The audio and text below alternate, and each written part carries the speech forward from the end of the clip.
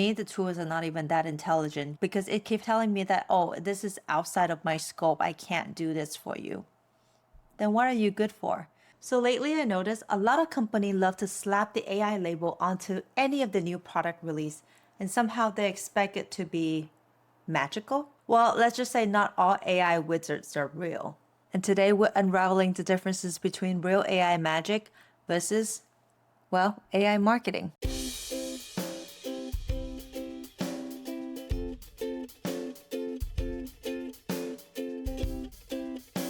Hey guys, this is Winnie and welcome back to Inside the Mess, where I break down tech ideas that sound amazing in the boardroom but fall short in real life. And today's victim is Kayak AI Trip Planner. Now, I don't want to trash it. I know they're still experimenting, but at the same time, I'm very sick and tired of companies just calling things AI, where in this case, it's more of a more advanced chatbot in training. So for those of you who don't know what Kayak is, think of it as your travel search buddy.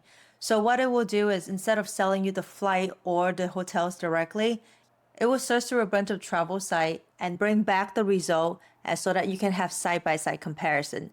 I actually use it to look for the best hotel deal. Over time, they added more feature like price tracking, price prediction, and now they're starting to dabbling into AI. In April of 2025, they announced this Kayak AI lab. It's positioned itself like a sandbox, a playground for any cool AI feature. And whatever feature is performing well will get added to their main product. So the idea is great. So I came across Kayak AI when I'm actually doing research for my upcoming honeymoon trip. And for the first leg of our honeymoon, we're going to Machu Picchu. Here are the use cases that I run the AI through. The first one is help me look for a 4-star hotel within the price range of $100 to $125 per night. The AI come back recommending that based on that criteria, there's only one hotel that meets the requirement.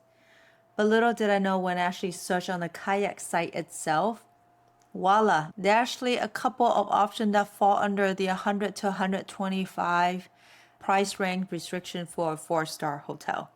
So then it's got me thinking, this AI is not very reliable. Actually, it's not very smart because it's a basic filtering job. Then I move on to asking it to search for flight. Now, the flight options are really not that different than what you could see with Google Flight or even searching through Kayak itself. The difference is you have to do more typing instead of just doing the simple clicking and typing your origination and your destination and the date that you want to travel. Now, in the normal AI sense, I would hope that it would tell me, hey, if you're traveling these different dates, the price will be cheaper. No, because when I give it a set date, it just gives me a set and strict answer from it. And then last but not least, this is when I ask for restaurant recommendations. This time is not too bad. I'll be honest with you, it resembles a little bit of a ChatGPT behavior, meaning it's actually asked me for my preference when I gave it a very wide selection. But I also feel like because I click on the question itself in the chat, it's pre-programmed to ask me those questions. And I would say the recommendation look pretty solid to me. But then I'm wondering, how would ChatGPT answer the same question? So I went over to ChatGPT, again asking the same question, just give me 5 recommendations for restaurant. And ChatGPT answers surprisingly, I would say, is better than what Kayak said. And Kayak's supposed to be the expert when it comes to travel. It actually gave me a recommendation and then it asked me the similar question of, hey, do you have any preferences, your cuisine choice, and also preferences and your atmosphere? So when I answered that, it actually gave me 5 recommendations that tailor to my preference. Like I said earlier in the video, I'm not here to trash the tool. I understand that they're still experimenting with AI, but at the same time, I'm disappointed to see there's not a lot of creativity or utilizing AI for really good use case that we actually would need AI for.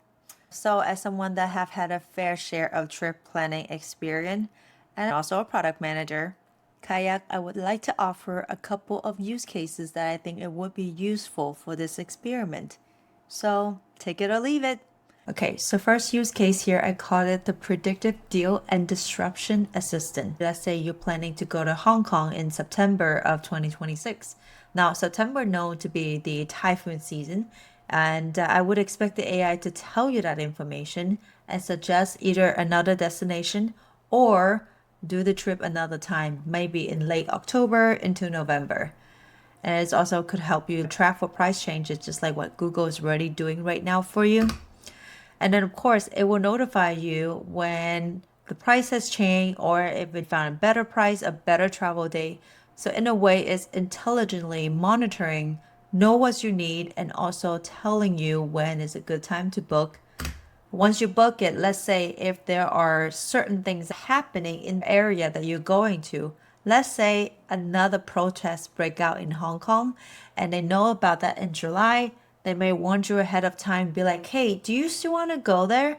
Or you want to push your trip back? Or you want to go to another alternative, let's say Taiwan, Japan, or the other city or other country in that region. That way, you always stay proactive with your planning and make your planning a lot less stressful. The second use case in this case is a visual map planner. This is more for me. I am a very visual person when it comes to travel planning. I like to see things on the map.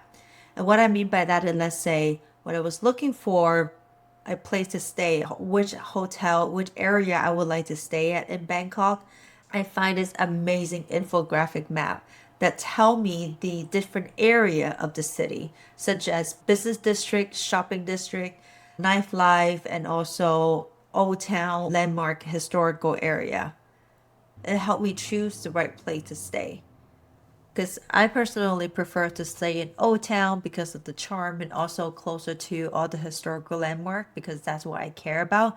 I don't care about going shopping or I will stay away far away from the nightlife area because I want a good night of sleep. That will be very helpful and it provides me essential information in easy digest format. And as a solo female traveler, I would love to know the crime rate on the map. Let's say this is a safer area in town that I should stay.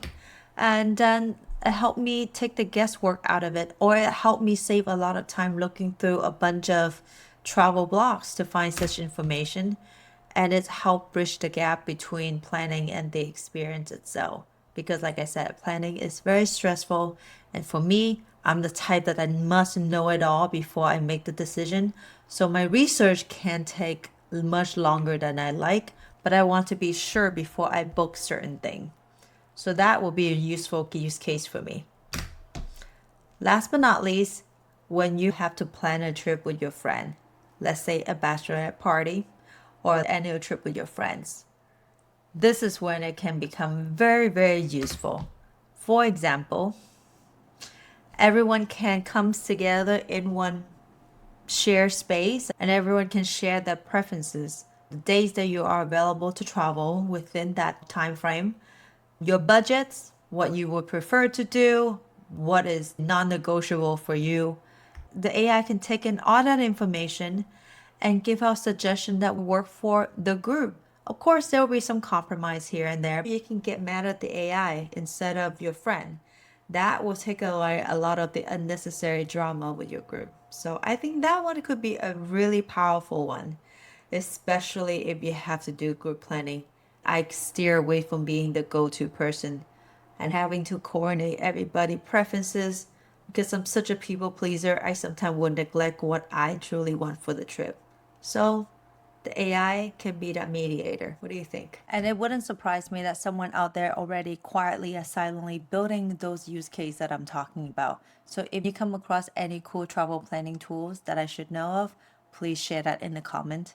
So did Kayak AI help me plan my honeymoon? Yes and no.